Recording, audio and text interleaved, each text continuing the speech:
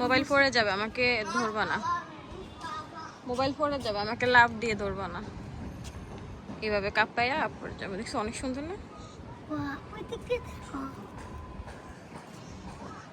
guys দেখেন, মনে হচ্ছে